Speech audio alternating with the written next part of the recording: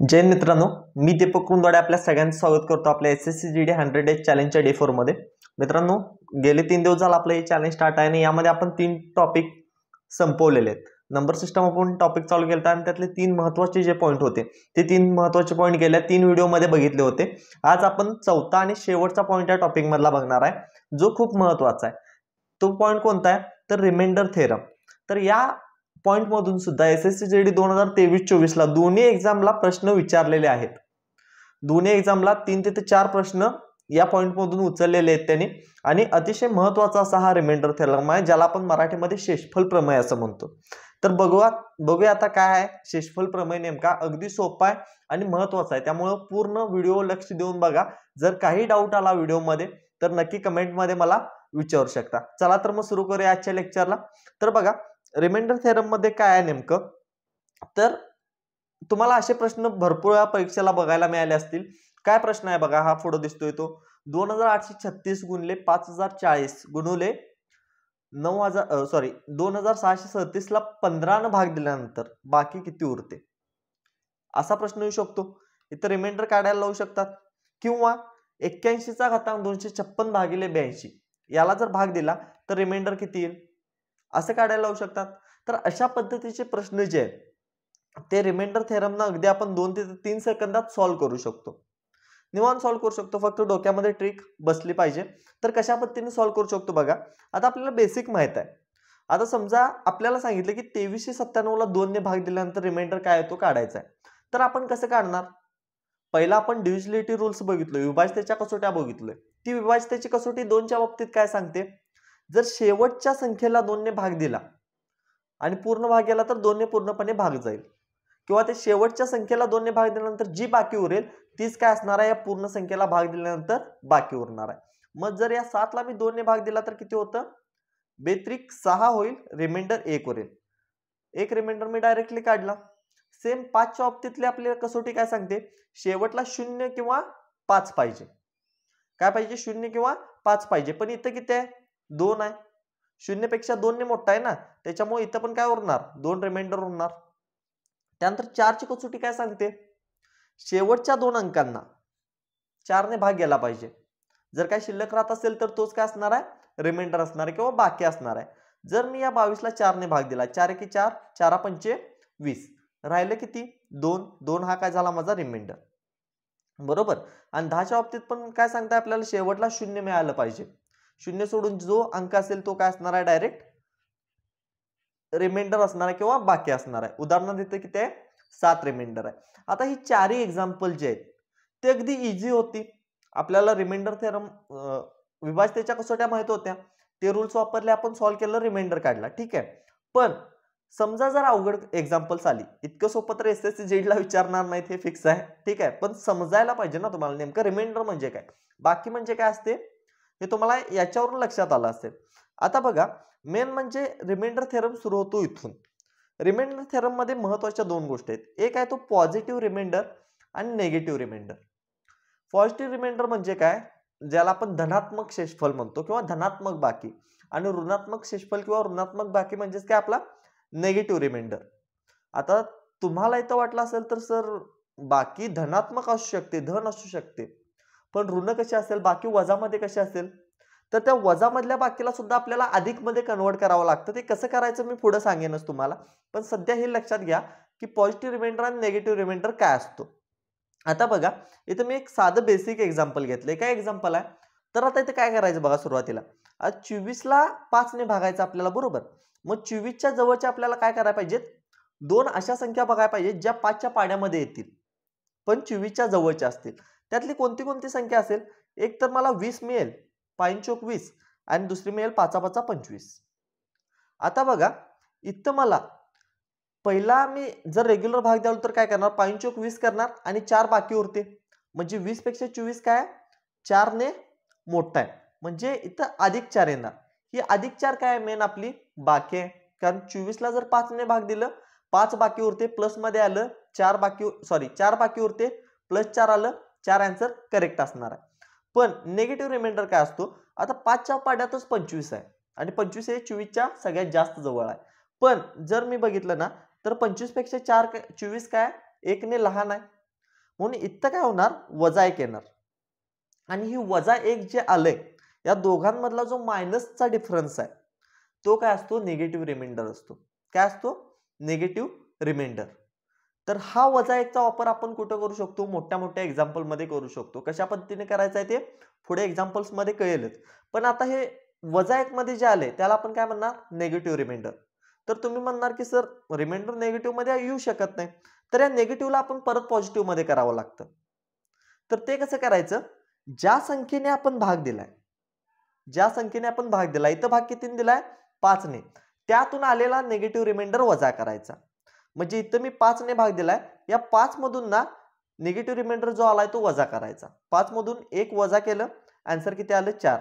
आणि हे 4 जे प्लस मध्ये आलं ते आपली खरी बाकी असणार आहे, ते आपलं आन्सर असणार आहे. कळालं पॉझिटिव्ह रिमाइंडर आणि निगेटिव्ह रिमाइंडर काय असतो. एक्झाम्पल मध्ये अजून तुम्हाला डीप मध्ये कळेलच. पुढे पुढे एक्झाम्पल्स बघूया आपण, म्हणजे जास्त लक्षात येईल. आता बघा, हे एक एक्झाम्पल आहे इथं. आता काय दिलं एक्झाम्पल, 2295 ला आपल्याला 23 ने भाग द्यायचा आहे.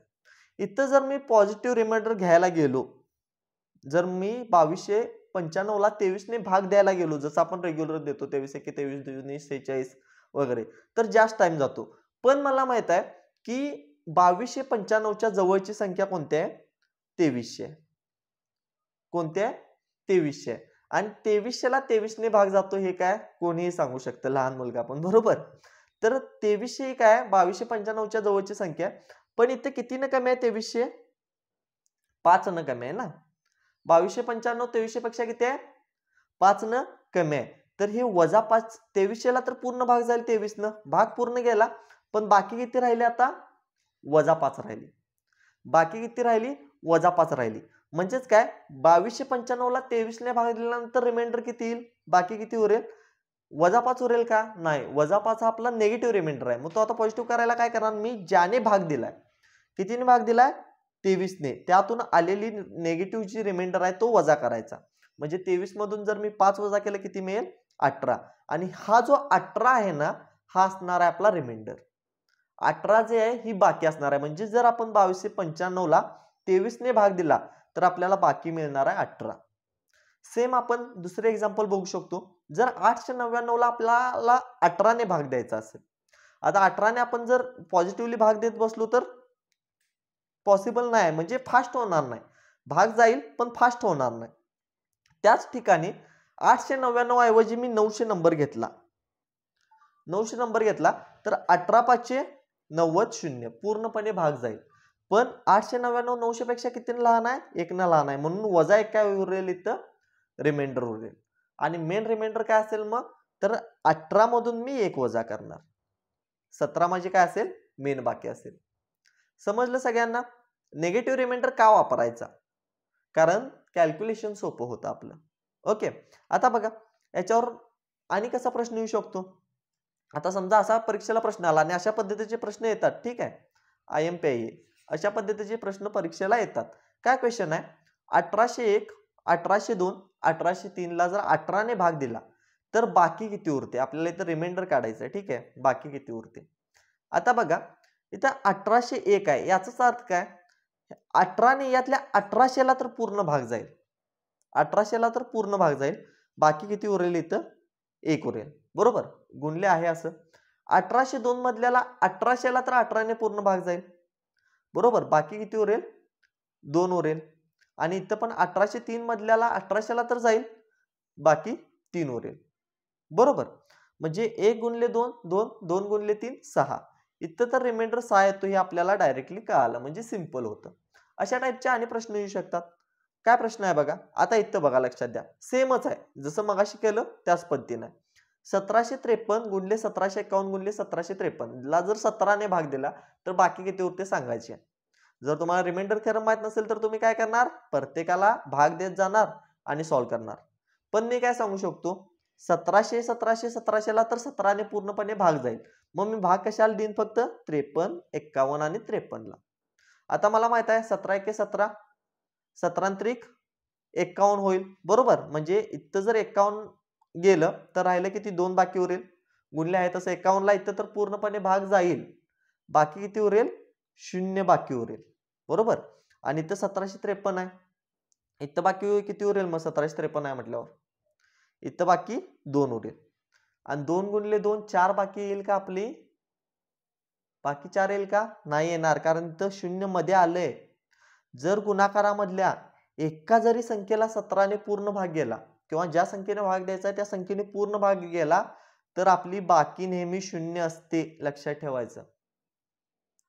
कितीही मोठा गुणाकार येऊ दे, जी संख्या खाली आहे त्या संख्येने वरच्या संख्येतल्या एका जरी संख्येला पूर्ण भाग गेला, गुणाकारामध्ये जितक्या संख्या दिल्या त्यातल्या एका जरी संख्येला पूर्ण भाग गेला तर रिमाइंडर आपला 0 असतो. मग इथं गुणले 2 येऊन दे बाकीची, इथं बाकीची 7 8 किती पण बाकी होऊ दे, आपल्याला काही फरक पडत नाही.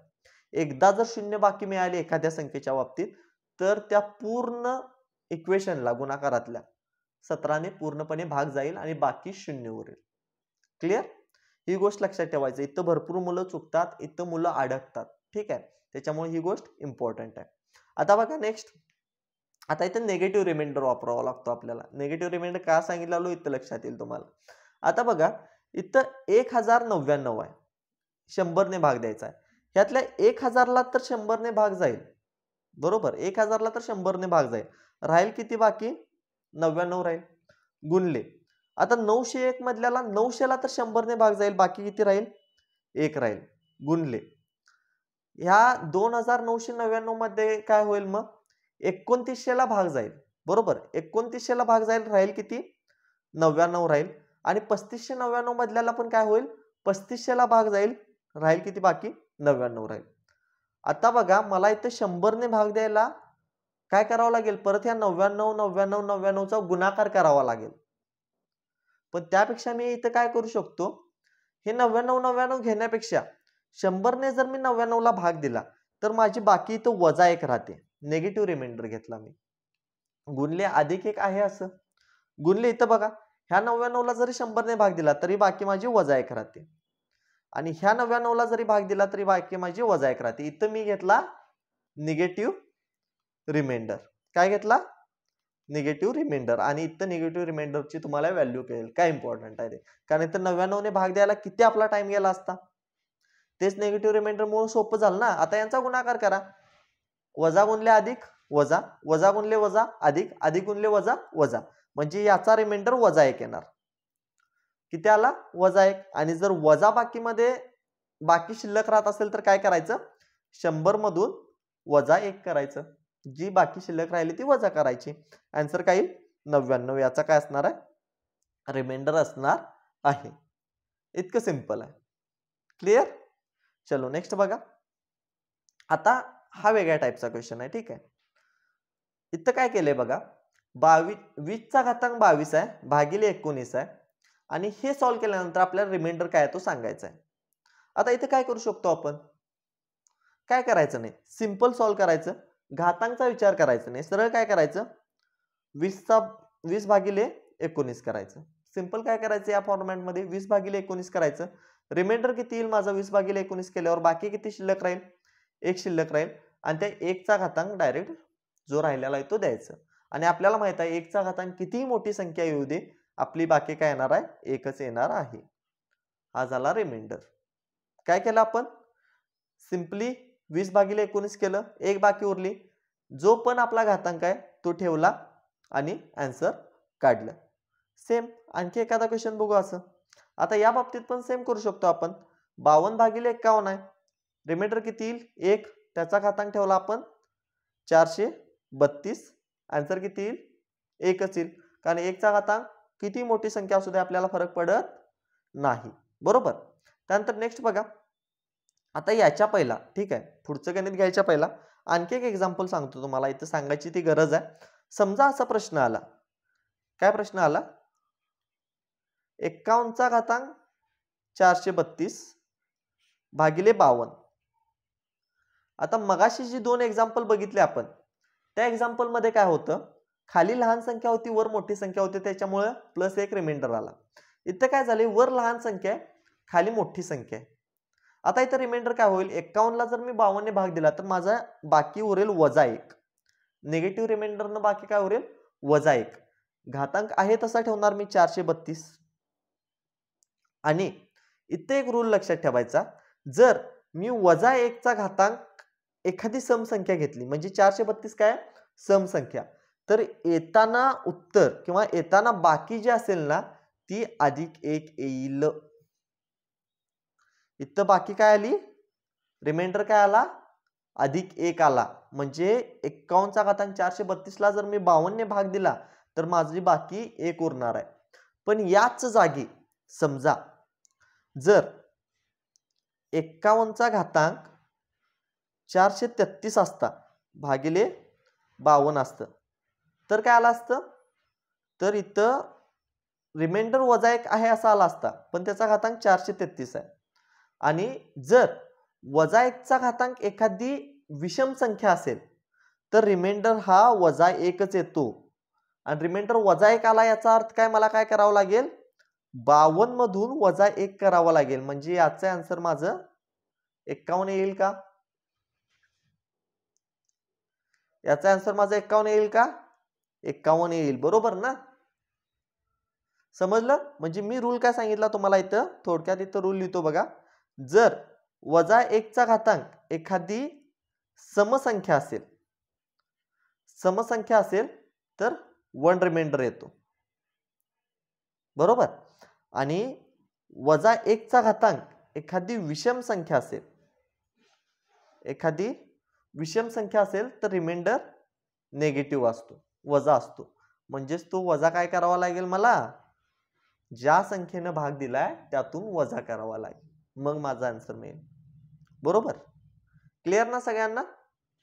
सिंपल आहे. ओके, आता नेक्स्ट बघा काय आहे क्वेश्चन. 15 चा घातांक 48 आहे अधिक 17 भागिले 16 आहे. आता हे कसं सॉल्व्ह करू शकतो मी? 15 चा घातांक 48 अधिक 17 भागिले 16. आता असे क्वेश्चन जरी आले तरी घाबरायचं नाही. इथे काय करू शकतो बघा, मी 15 चा घातांक 48 भागिले 16 वेगळं लिहू शकतो, बरोबर. अधिक 17 भागिले 16 वेगळं लिहू शकतो. सिंपल आहे ना. आता 15 चा घातांक 48 भागिले 16, 15 16 पेक्षा 1 न लहान आहे, म्हणजे इथे काय होईल, रिमाइंडर नेगेटिव्ह होईल, वजा बाकी राहील ना, बाकी वजा मध्ये राहील. वजाचा घातांक किती आहे, 48 आहे. अधिक 17 भागिले 16 केलं तर काय मिळणार आहे, मला 1च मिळणार आहे, बरोबर. 1च रिमाइंडर राहणार आहे ना. हे सगळं बाकी आपण शोधतोय, ठीक आहे. आता -1 चा घातांक समसंख्या आहे म्हणजे काय होईल, +1 बरोबर किती, 2 माझी टोटल बाकी असेल. सिंपल आहे. दोघांना फोडलं मी आणि आपल्याला असं मिळाल्यावर हे सॉल्व्ह करायला आपण मागे शिकलोयच, त्या पद्धतीनं निवांत सॉल्व्ह करू शकतो. ओके, नेक्स्ट बघा. 22 चा घातांक 60 आहे भागिले 23 आहे अधिक इथं 25 आहे, बरोबर. इथं काय 25 आहे. आता इथं पण मी सेम करू शकतो. कसं करायचं, 22 चा घातांक 60 आहे असं भागिले काय करेन मी, 23 अधिक 25 भागिले 23, बरोबर. 22 चा घातांक 60 भागिले 23 म्हणजेच काय, -1 चा घातांक 60 माझा काय असेल, रिमाइंडर असेल, अधिक 25 भागिले 23 किती येईल, माझं 2 बाकी उरेल. 25 ला 23 ने जर भाग दिला तर 2 बाकी उरेल, बरोबर. आणि -1 चा घातांक 60 आहे, सम इथं काय -1 आहे आणि त्याचा घातांक सम संख्या आहे, म्हणजे इथं येईल +1 अधिक 2, बरोबर किती होईल, 3 माझा असेल याचा रिमाइंडर. उत्तर माझं असेल 3. सिंपल आहे ना. अवघड वाटतंय? अवघड वाटणारच नाही तुम्हाला, कारण इतकं सगळं सोपं आहे रे गणित. गणित मध्ये अवघड काय नसतं, गणित सारखा सोपा विषय नाही. गणित कधी बदलत नाही, सगळ्यात महत्वाचं, ठीक आहे. जीकेचा अभ्यास करायला गेला तुम्ही, प्रत्येक दिवसाला तुमचं चेंजेस होत राहणार, बरोबर. बाकी कुठल्या पण विषयाचा अभ्यास करा, गोष्टी वेगवेगळ्या येत राहतात. पण गणित असा सब्जेक्ट आहे ना जिथं तुम्ही आउट ऑफ आउट पाडू शकता, पैकीच्या पैकी मार्क तुम्हाला मिळतात. पण कशा पद्धतीने करायला पाहिजे, ते परफेक्ट पाहिजे. गणितला फक्त एकच गोष्ट महत्वाची आहे, ती म्हणजे प्रॅक्टिस. जितकी तुम्ही प्रॅक्टिस कराल तितकं तुमचं गणित सोपं होत जाईल. आणि गणित एका लेवलला तुम्हाला असं वाटेल की गणित शिवाय आपल्या लाईफमध्ये कायच नाही, ठीक आहे. कारण गणित आहे तर आपली लाईफ आहे. आपल्या डेली जीवन जरी बघितलं, दैनंदिन जीवनात पण गणित किती महत्वाचं आहे बघा.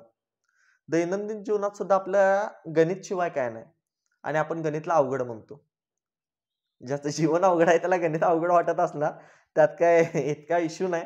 पण गणित खूप सोपं आहे, व्यवस्थित मन लावून केला की होईल. आणि या 100 दिवसात तर गणित तुमचं सोपं करूनच टाकेन मी, काळजी करू नका. ठीक आहे, आता हे तुम्हाला समजलं असेल. नेक्स्ट बघा, 31 चा घातांक 22 आहे वजा 33 आहे भागिले 32 आहे. सेम करेन मी इथं. 31 चा घातांक 22 भागिले 32 वजा 33 भागिले 32. आता 31 चा घातांक 22 भागिले 32 आहे. निगेटिव्ह रिमाइंडर आहे इथं पण. घातांक 22 वजा 33 चा घातांक 33 भागिले 32 राहील किती 1. आता वजा 1 चा घातांक 22 आहे. म्हणजे इथं अधिक 1 वजा 1, अधिक 1 वजा 1 रिमाइंडर 0. रिमाइंडर 0 याचाच अर्थ काय, या पूर्ण संख्येला 32 ने पूर्णपणे भाग जातो, बाकी काय शिल्लक राहत नाही. क्लियर. आता बघा नेक्स्ट क्वेश्चन सेमच आहे. इथं पण काय करायला लागेल मला, 51 आहे इथं वर 52 आहे म्हणजे इथे 1 येईल फिक्स मला माहित आहे. 53 भागिले 51 2 येईल. आन्सर माझं 3 रिमाइंडर असेल. किती वेळ लागला सांगा, 2 ते 3 सेकंद सॉल्व्ह होते. लिहायची पण गरज नाही आणि इतकं सोपं तुम्हाला एसएससी जेडला विचारतात 2 मार्कासाठी, ते पण किती सिंपल आहे ना. नेक्स्ट बघा, आता हा एसएससी जेडला विचारलेला प्रश्न आहे, थोडासा वेगळ्या टाईपचा क्वेश्चन आहे बघा, म्हणून हा प्रश्न घेतला. एसएससी जीडी 2024 ला विचारलाय, म्हणजे जी फेब्रुवारी मध्ये एक्झाम झाली आपली एसएससी जीडीची 2024 फेब्रुवारी मध्ये, त्यावेळेला आलेला प्रश्न आहे. काय प्रश्न आहे, 36 चा घातांक 29 ला 10 ने भाग दिल्यानंतर बाकी किती शिल्लक राहील. आता हा प्रश्न असा विचारलाय ना त्यांनी, याच्यामध्ये तुम्हाला डिव्हिजिबिलिटी रूल्स वापरावा लागेल प्लस युनिट डिजिट वापरावं लागेल आणि रिमाइंडर थेरम तर काय आपण यूज करतोय बरोबर. आता इथे का वापरावं लागेल बघा, 36 चा घातांक 29 काय दिले त्यांनी, 36 चा घातांक 29 आहे आणि त्याला काय करायचं आहे, 10 ने भाग द्यायचा, 10 ने भाग द्यायचा. आता मला माहित आहे 36 चा घातांक 29 मधल्या 30 ला तर 10 ने भाग जाईल, 30 ला तर 10 ने भाग जाईल, राहील किती इथं 6 चा घातांक 29 राहील. 30 ला भाग गेला म्हणजे 6 चा घातांक 29 राहिलं ना, भागिले 10 जर मी केले बरोबर, 6 चा घातांक 29 राहील भागिले 10 जर मी केले. आता 6 चा घातांक 29 जर मला काढायचा असेल, भागिले 10 जर करायचा असेल, तर मला 10 चा रूल माहित आहे, 10 ची विभाज्यतेची कसोटी माहित आहे. काय सांगते, सुटेस्थानी 0 पाहिजे, सुटेस्थानी काय पाहिजे 0 पाहिजे, युनिट डिजिट किती पाहिजे 0 पाहिजे. मग 6 चा घातांक 29 चा आपण युनिट डिजिट काढू शकतो ना. 6 चा घातांक 29 चा युनिट डिजिट आपण काय करणार, घातांकाचे 2 अंक घेणार, किती आहेत 29, त्याला काय करणार 4 ने भाग देणार, बाकी किती उरेल 1 बाकी उरेल.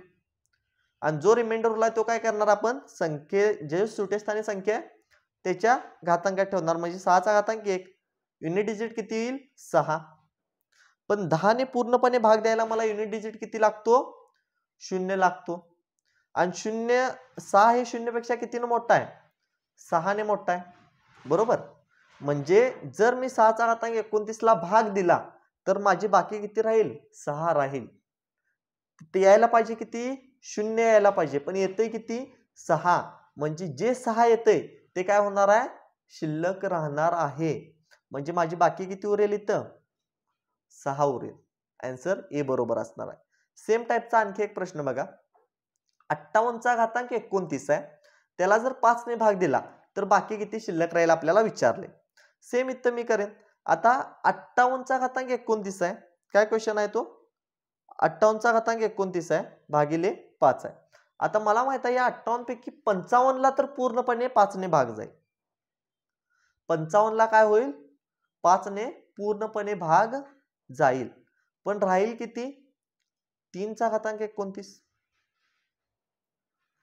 3 चा घातांक 29 शिल्लक राहील, त्याला मी काय करेन 5 ने भाग देईन. आता 3 चा घातांक 29 ला युनिट डिजिट मला 5 ने जर भाग द्यायचा असेल तर एक तर 0 मिळायला पाहिजे किंवा 5 मिळायला पाहिजे, तरच 5 ने पूर्णपणे भाग जाईल.